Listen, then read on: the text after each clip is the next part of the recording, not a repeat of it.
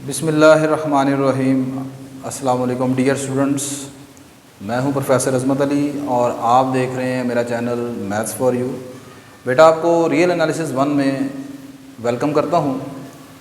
आज के लेक्चर में हम चंद एक इम्पॉर्टेंट डेफिनेशंस जो हैं और उनसे रिलेटेड एग्जांपल्स के ऊपर डिस्कशन करेंगे। और ये एग्ज़ाम्पल्स, ये जो डेफिनेशंस हैं, इंशाल्लाह हम नेक्स्ट लेक्चर में इस्तेमाल करेंगे। मैंने इस पूरे कोर्स की जो प्लेलिस्ट है उसका लिंक डिस्क्रिप्शन बॉक्स में रख दिया है। आप उस लिंक पर क्लिक करके तमाम लेक्चर्स को बआसानी देख सकते हैं। आज के लेक्चर में हम मोनोटोनिक सीक्वेंस जो है इसके ऊपर डिस्कशन करेंगे। तो मोनोटोनिक सीक्वेंस को किस तरह हम डिफ़ाइन करते हैं? A sequence AN is called monotonic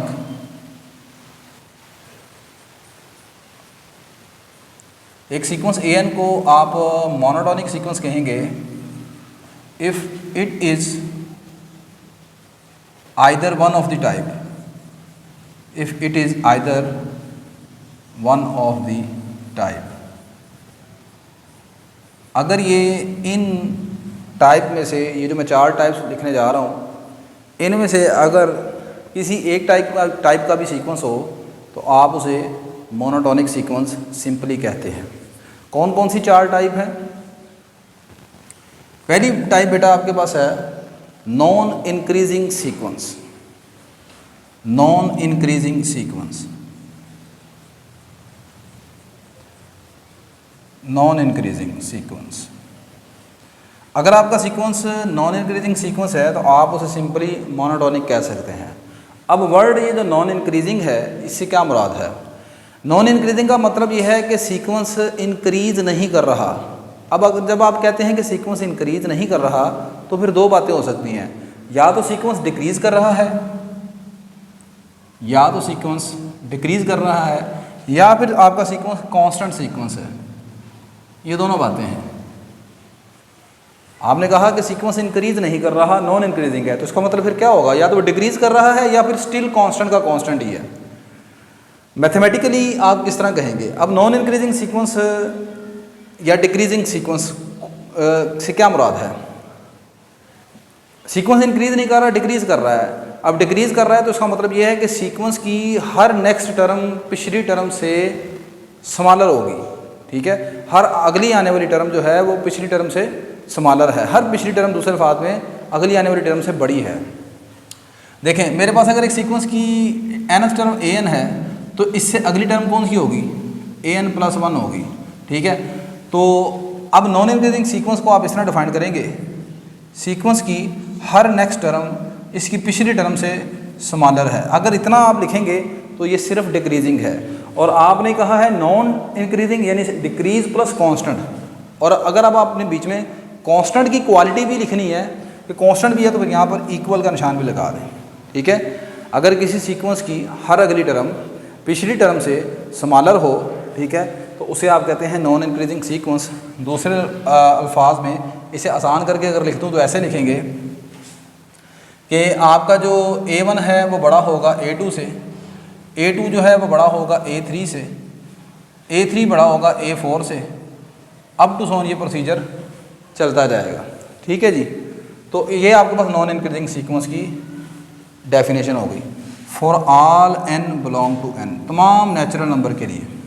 ठीक होगी बात ये। नेक्स्ट, अब इसको आप मज़ीद इस डेफिनेशन को अगर आप थोड़ा सा लिखना चाहें तो ऐसे भी लिख सकते हैं। अगर आप an से दोनों तरफ डिवाइड करवा दें तो ये लिखा जा सकता है an+1 over an is less than equal to 1। या अगर आप इसको दोनों तरफ सब्ट्रैक्ट कर दें तो नॉन इंक्रीजिंग सीक्वेंस की डेफिनेशन आप ऐसे भी बना सकते हैं an+1 minus an less than equal to 0। ठीक है, तो आप दोनों तरीक़ों से, तीनों तरीक़ों से आप चाहें तो ऐसे डिफ़ाइन कर लें, या आप ऐसे डिफ़ाइन कर लें, या आप ऐसे डिफ़ाइन कर लें। तीनों स्टाइल से आप नॉन इंक्रीजिंग सीक्वेंस को डिफ़ाइन कर सकते हैं। अच्छा, नॉन इंक्रीजिंग सीक्वेंस को डिफ़ाइन करने का एक तरीका हम कैलकुलस से भी समझ लेते हैं। वो क्या है? मैं लेट कर लेता हूँ कि मेरे पास जो ये सीक्वेंस है ए एन, इसका नाम एफ ऑफ एन रख लिया मैंने, सीक्वेंस की nth टर्म का नाम एफ ऑफ एन रख लिया है, ठीक है। कैलकुलस में आप जानते हैं कि एक फंक्शन को आप डिक्रीजिंग फंक्शन कहते हैं अगर उसका first derivative less than zero आ जाए। कैलकुलस में आपने पढ़ा है एक फंक्शन को डिक्रीजिंग फंक्शन कहते हैं अगर उसका first derivative less than zero आ जाए। तो यहाँ पर अगर इस फंक्शन का पहला derivative less than equal to zero है तमाम n के लिए, और all n greater than equal to 1, then a n is called non increasing sequence. तो नॉन इंक्रीजिंग सीक्वेंस को आप इस तरह डेरिवेटिव की शक्ल में भी डिफाइन कर सकते हैं, ठीक है जी। नेक्स्ट बढ़ते हैं इसकी दूसरी टाइप की तरफ, non decreasing sequence. Non decreasing sequence को आप किस तरह डिफाइन करते हैं? Non decreasing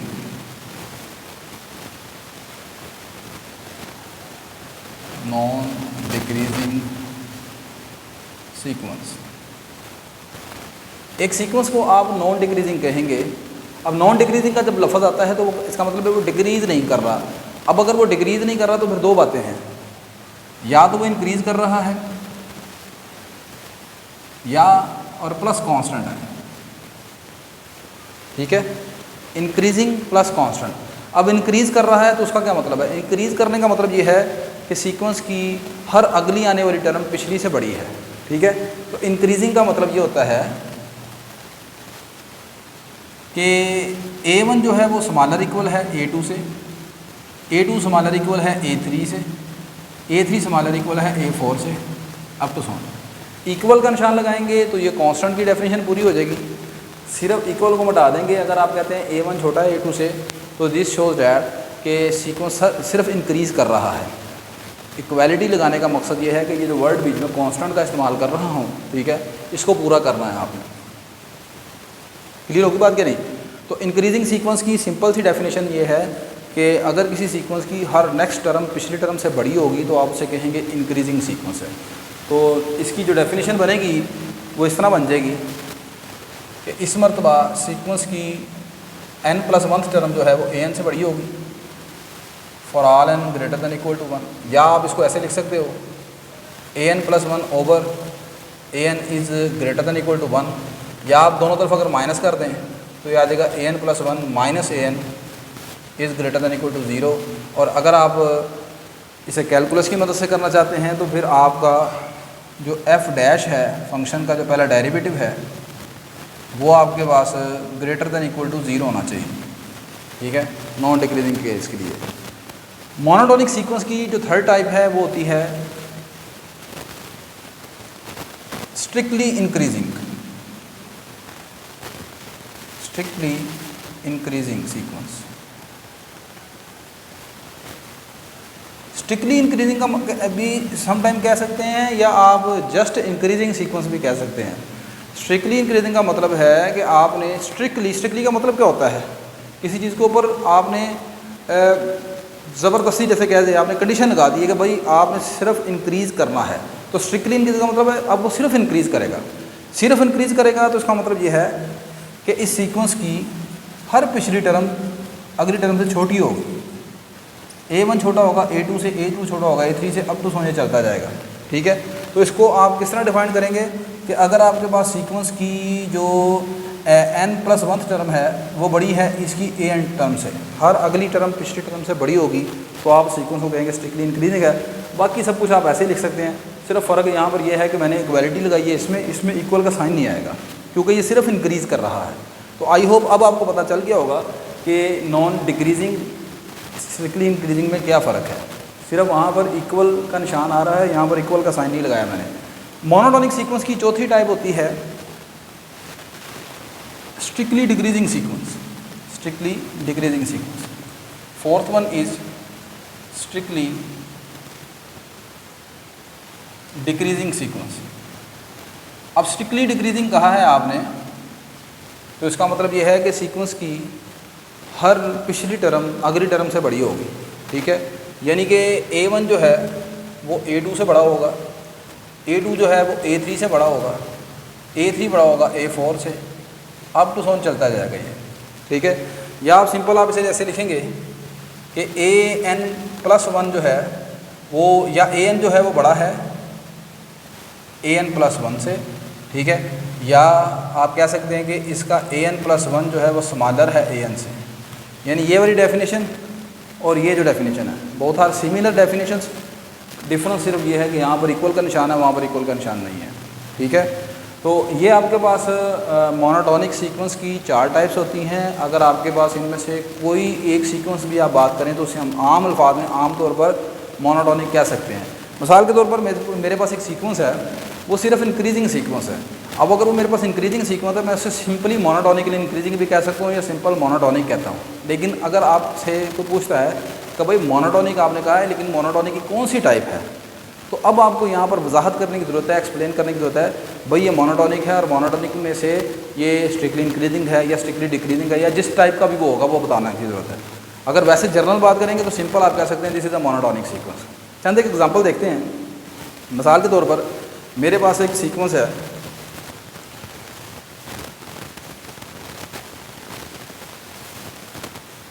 an is equal to 1/n। मैंने ये चेक करना है कि ये जो सीक्वेंस है ये किस टाइप का है, ठीक है। तो मेरे पास एक तरीकाकार है। एक तो ये है कि मैं इसकी n+1 टर्म मालूम करूँ, ठीक है। उसको इसकी n टर्म पर डिवाइड करके देख लूँ, आंसर देखो लेस देन इक्वल टू 1 आता है या ग्रेटर देन इक्वल टू 1 आता है, या सिर्फ लेस देन 1 है या ग्रेटर देन 1 है, या इन दोनों का डिफरेंस निकाल के देख लूँ। किसी भी तरीके से आप चेक कर सकते हैं। लेकिन मेरे नज़दीक जो सबसे आसान मेथड है वो ये है कि आप इसे डेरिवेटिव की तरफ लेके आएँ। मैं लेट कर लूँगा यहाँ पर, ये लेट f(n) बराबर है an के, और an किसके बराबर है 1/n के। अगला काम ये करेंगे कि जब हम डेरिवेटिव लेते हैं तो आप जानते हैं कि डेरिवेटिव में हम वेरिएबल का इस्तेमाल करते हैं। तो आप ऐसे करें कि n को x से चेंज कर दें, उससे कोई फ़र्क तो नहीं पड़ेगा, ठीक है। तो f(x) लेट कर लें कि आपके पास 1/x के इक्वल है। अब आप इसका डेरिवेटिव लें तो ये आ जाएगा f(x) इक्वल टू -1/x का स्क्वायर। अब यहाँ पर आप x की वैल्यूज़ कौन सी पुट करके देखेंगे कि आंसर लेस देन 0 है या ग्रेटर देन 0 है। देखें, जब हम सीक्वेंस की बात करते हैं तो सीक्वेंस में जो आपका n होता है, ये जो n है ये बिलोंग करता है नेचुरल नंबर से। अगर हम वैसे कैलकुलस की बात करें तो कैलकुलस में आपका x जो है वो रियल नंबर r से बिलोंग करता है। लेकिन यहाँ पर चूँकि हमने बात करनी है सीक्वेंस से रिलेटेड, तो सीक्वेंस में आपका n जो है वो नेचुरल नंबर से बिलोंग करता है। तो नेचुरल नंबर के वाले से आप x जो यहाँ पर पुट करेंगे वो आपका x ये होगा, x is greater than equal to 1, और नेचुरल नंबर होना चाहिए, ठीक है। x belong to n। अब आप यहाँ पर 1, 2, 3 कोई भी नेचुरल नंबर यहाँ पर x की जगह पुट करके देखें तो आप देखेंगे कि इसका आंसर जो है वो लेस देन 0 है, नेगेटिव आंसर आया है, ठीक है। आप x की जगह 1 पुट करें, आंसर आएगा -1, x की जगह 2 पुट करेंगे, आंसर आएगा -1/4, x की जगह 3 पुट करेंगे, आंसर आएगा -1/9, always less than 0, negative answer है। दिस इम्प्लाइज an, ये जो हमारा सीक्वेंस है an equal to 1/n is a decreasing sequence. ये एक डिक्रीजिंग सीक्वेंस है, ये एक डिक्रीजिंग सीक्वेंस है, ठीक होगी बात ये। अच्छा, यहाँ पर थोड़ी सी एक और चीज़ है जिसका मैं प्रूफ नेक्स्ट लेक्चर में इंशाल्लाह करूँगा। आपने लास्ट लेक्चर में, अगर लास्ट लेक्चर आपने देख लिया है तो उसमें मैंने एक चीज़ प्रूफ की थी कि हर कन्वर्जेंट सीक्वेंस बाउंडेड होता है, लेकिन हर बाउंडेड सीक्वेंस कन्वर्जेंट नहीं है। हर बाउंडेड सीक्वेंस कन्वर्जेंट नहीं है। मैंने वहाँ पर एक एग्जांपल दी थी, an इज़ इक्वल टू -1 की पावर n। ये एक सीक्वेंस है, ये बाउंडेड सीक्वेंस है, ठीक है। बाउंडेड सीक्वेंस क्या होता है इसके मतलब मैं लास्ट लेक्चर में आपको बता चुका हूँ, ठीक है। आप वहाँ पर जाकर देख सकते हैं इस एग्जांपल को भी, ठीक है। वहाँ पर मैंने बताया था कि सीक्वेंस की हर वैल्यू जो है वो लेस देन इक्वल है 1 से। बाउंडेड सीक्वेंस वो है जिसकी हर वैल्यू किसी रियल नंबर से स्मॉलर इक्वल होती है। तो यहाँ पर आप देख सकते हैं इसके सिर्फ 2 ही आंसर आते हैं, या तो इसका आंसर +1 आएगा या -1 आएगा, n की मुख्तलिफ वैल्यूज़ को पुट करके। लिहाजा इस सीक्वेंस को हम बाउंडेड कह सकते हैं, और जिस नंबर से ये बाउंड किया है मैंने वो 1 है, लिहाजा ये सीक्वेंस बाउंडेड सीक्वेंस है बाय 1 से। अगली बात, क्या ये बाउंडेड सीक्वेंस कन्वर्जेंट है? नहीं, ये बाउंडेड सीक्वेंस कन्वर्जेंट नहीं है। कन्वर्जेंट सीक्वेंस की जो लिमिट होती है वो यूनिक होती है, और यहाँ पर आप देखें कि इस सीक्वेंस की 2 लिमिट्स हैं, या -1 है या +1 है, ठीक है। तो लिहाजा आपने देखा कि ये बाउंडेड सीक्वेंस तो है लेकिन कन्वर्जेंट नहीं है। लेकिन मैंने ये बताया था कि कुछ बाउंडेड सीक्वेंस ऐसे हैं जो कन्वर्जेंट होते हैं। मिसाल के तौर पर वो जो आपका सीक्वेंस है an = 1/n, an = 1/n, ये एक बाउंडेड सीक्वेंस भी है। क्यों बाउंडेड है आप चेक कर सकते हैं। इसकी सीक्वेंस की हर रकम जो है, इसकी सीक्वेंस का रकमों का आंसर कितना आता है। पहली रकम का आंसर 1 है, दूसरी का 1/2 है, तीसरी का 1/3 है, फिर 1/4 है, अब तो सोन चलता जाएगा। इसकी हर वैल्यू का आंसर जो है वो 1 से स्मॉलर है। ये भी बाउंडेड बाय 1 है, <= 1 है। ये सीक्वेंस भी बाउंडेड है, ऊपर वाला सीक्वेंस भी बाउंडेड है, लेकिन वो कन्वर्जेंट नहीं है, ये कन्वर्जेंट है, ठीक है। आप चेक करें कि कन्वर्जेंट सीक्वेंस की जो आसान सी डेफिनेशन आप पढ़ते हैं वो ये होती है कि यहाँ पर n की जगह आप इन्फिनिटी पुट करते हैं तो ये आ जाएगा आपके पास limit n approaches to infinity an = 1/∞ that = 0। तो लिमिट पर इसका आंसर आ गया 0, that is a finite definite number. ये सीक्वेंस बाउंडेड भी है, कन्वर्जेंट भी है, ठीक है। बाउंडेड है और कन्वर्जेंट भी है, लेकिन ऊपर वाला सीक्वेंस बाउंडेड है लेकिन कन्वर्जेंट नहीं है। अब इसकी बात सुन लें, जो नेक्स्ट रिजल्ट हम प्रूफ करेंगे। ये जो सीक्वेंस an है, ये आपने चेक किया, ये बाउंडेड तो है ही है लेकिन ये मोनोटोनिक भी था। तो अगर कोई सीक्वेंस बाउंडेड हो प्लस मोनोटोनिक का टैग भी आप उसके ऊपर लगा दें कि वो मोनोटोनिक भी है, देन वो आपके पास हमेशा जो है कन्वर्जेंट होगा, ठीक है। तो नेक्स्ट लेक्चर में हम जो डिस्कस करेंगे थ्योरम वो ये होगा कि every bounded monotonic sequence, every bounded monotonic sequence, every bounded monotonic sequence is convergent. Her bounded monotonic sequence convergent होता है। ये टारगेट होगा हमारा इंशाल्लाह नेक्स्ट लेक्चर में इसको प्रूफ करने का। तो आई होप कि बेटा आज के लेक्चर की आपको अच्छी तरह समझ आ गई होगी। मेरी ये वीडियो अगर आपके लिए हेल्पफुल है तो मेरी इस वीडियो को आप लाइक करें, शेयर करें, मेरे चैनल को सब्सक्राइब करें। इंशाल्लाह नेक्स्ट लेक्चर में आपसे दोबारा मुलाकात होगी। अल्लाह हाफिज़।